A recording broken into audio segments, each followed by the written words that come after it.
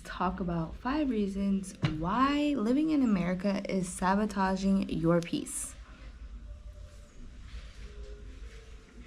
The relentless hustle culture is getting to you. If you are an American, you have been born and raised to hustle, to grind, to work, strive, and earn the American dream. The craziest part about all of this is that I haven't started living the American dream and truly getting anything out of being an American until I left America. Okay? Yes, I know, because I am American, I do hold certain privileges. Okay? And guess what? I'm glad about it. I'm going to utilize these privileges to live my best life shamelessly. I have worked my life.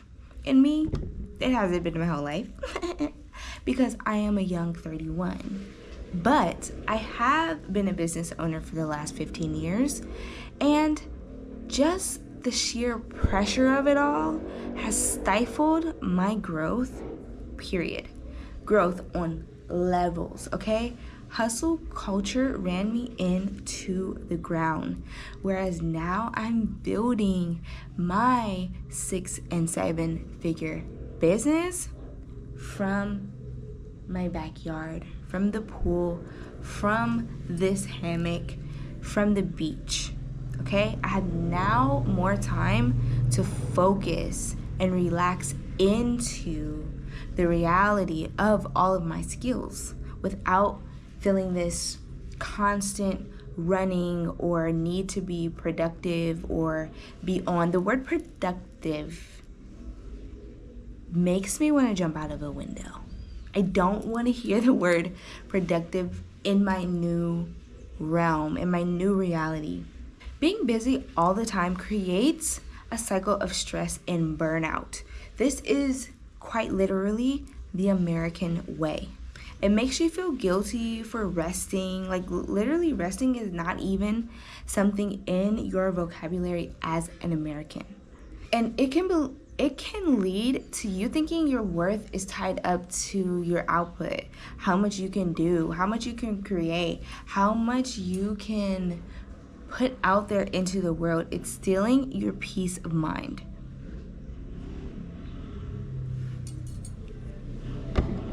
It's time to start. I'm here in Barangay, and everyone has a 4-wheeler or a motorcycle. Okay, so you're gonna hear a lot of that. It's time to start redefining what success is to you. Shift your focus from external metrics into something you can really define. I know for me, having peace of mind and quality time, creativity, and time to focus on my well-being, that means I'm successful, okay? Because when you have freedom of time and location, you can then truly do anything you want. A lot of people are in this mode of believing that they're not financially free. They have to do more to become financially free. When you use the Moving Abroad Toolkit, you will be able to find a number and identify how much it truly costs for you to move abroad. And using the Moving Abroad timeline generator helps you to define a timeline and how long it will actually take for you to move abroad, whether that's 90 days, 6 months, or 12 months. I took the 12-month route. I had no savings, okay? I had no savings, not a savings plan, not just the moving abroad savings plan. I had no savings plan when I decided to move abroad.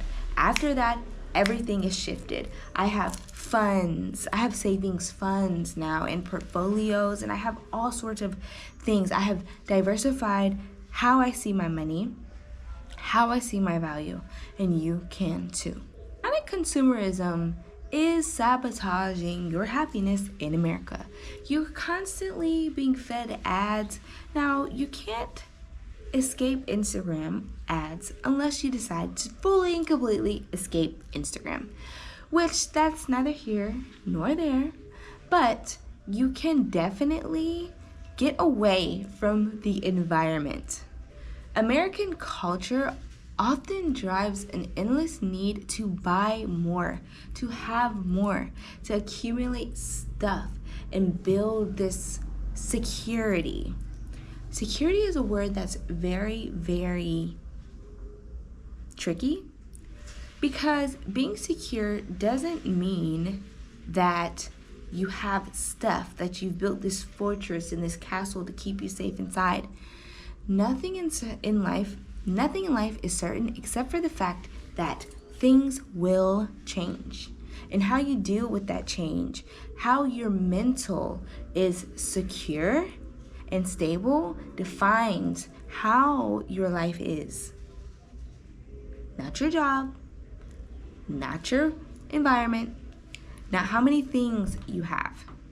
In America, there is a subconscious need to keep up with the Joneses, keep up with your mama, your daddy, your sister, your cousin, keep up with whoever. Let it go. What if we just let all of that go and did what you want to do? Did your own thing completely, even if that own thing is nothing. Because that's what I want to do. I wanted to get somewhere real cozy where the sun shines and I can eat fruit all day and lay on the beach and do nothing. And once I got tired of doing that for a little while, then I wanted to build $1 million business. That's what I wanted to do. That's what I'm doing now. Get real focused and clear on what it is that would actually make you happy instead of just accumulating stuff. Needless to say, keeping up with the Joneses creates financial stress. This is what constantly has you thinking that you need more. You need to do more, to buy more, to have more, to create this security. It's time to embrace intentional spending. Learn a little bit about minimalism, for God's sakes. Everything you have should bring joy into your life and have a purpose. For me, everything I bring into my home has to have a purpose and it has to bring joy. If it can't do those two things, it can't come in. In America, there's a complete erosion of the idea of community. It's so individual there. You can't even ask a person to hold the door open for you when you got groceries in your hand, or just hold the door open for you as you walk past. You can't count on people to smile at you. You can't count on people to wave. Now, I'm not saying this is going to necessarily change by you changing your environment, but if you did go to a place that had your same values, where, hey, maybe when I see a person and say good morning to a person, they say good morning to me back, is important. Go to a place like that. You don't have to always go up against resistance and struggle. Many Americans feel a sense of isolation and lack of a strong local village or community. I know I did. I was so tired of feeling like isolated where if I wanted to go out, there was only so many things I could do, and it wasn't me, okay? I like to hike. I like to go out. I like to do things. And yes, you can find people that like your same activities, but can you find people that have the same mindset? Can you find people in your area that value legacy, that value taking your time back, your energy back, your money back, and serving yourself with it? Can you find that in your area? It's time that you look harder. Make yourself more available to find people that resonate with you, with your lifestyle, with what you want to see in your life.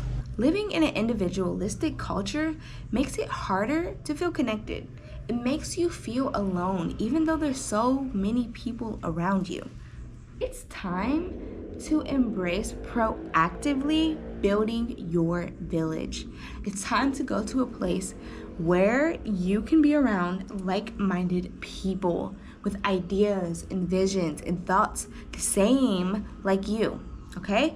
And even further, than you, people who have leveled up on this, people who have already done the things that you are wanting to do. Get around those people. It's time. This may not be easy, but it's definitely possible. You can find local groups online. You can find friends of friends of friends of a friend. And when you get on the ground in your new home country, or if you're just bouncing around like I am, place to place to place, you will find people. You will meet people, especially if that's what you want. The reason why living in America is sabotaging your peace is because you're probably experiencing anxiety from social and political pressures, not to mention constant economic changes. A lot of us are waiting for things to get better. I hate to be the person to say this, but actually I live to be this person. Like, I am this person. To say that nothing's getting better, boo. Things are getting worse. Things are actually getting worse.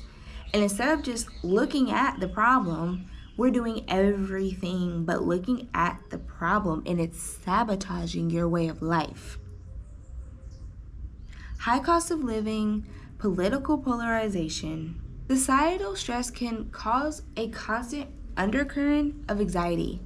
This makes it difficult to relax and find an inner peace, especially when you're worried about finances, safety, or the future of your country.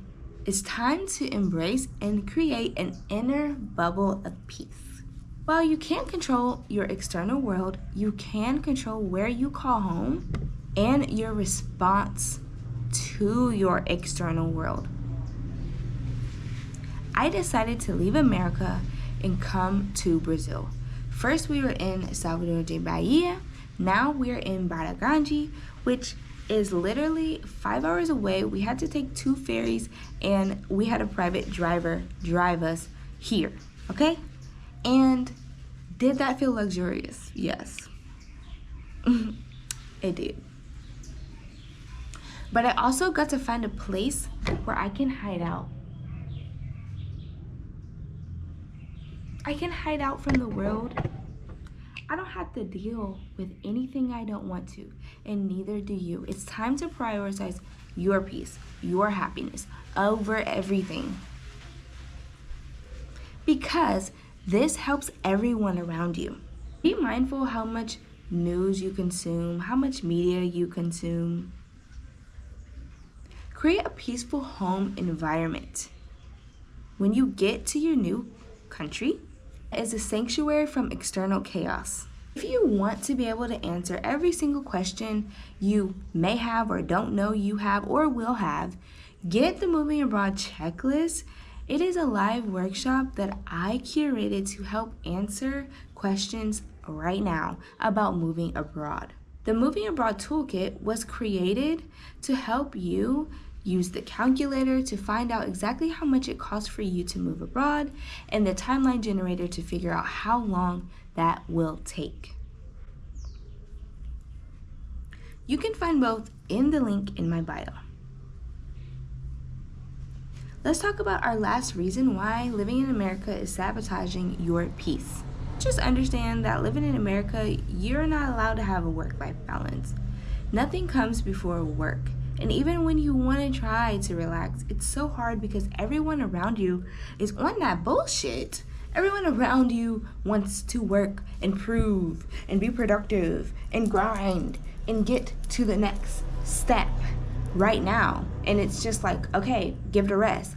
I actually have accomplished all the goals I set out to accomplish, but the one thing I didn't have was peace of mind. I couldn't just sit down. I couldn't just enjoy myself.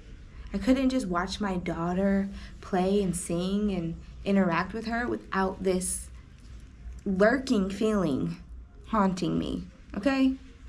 And I know you know what I mean. American work culture prioritizes long work hours and constant availability. It's time to set some firm boundaries. This is a non-negotiable step to regaining yourself, regaining your time. Clear hours for when you are on work and off work and stick to them. Stop lying to yourself. Stop saying that you're going to take a break and then don't because you want to fold clothes or wash dishes or do something else. Sit down, okay?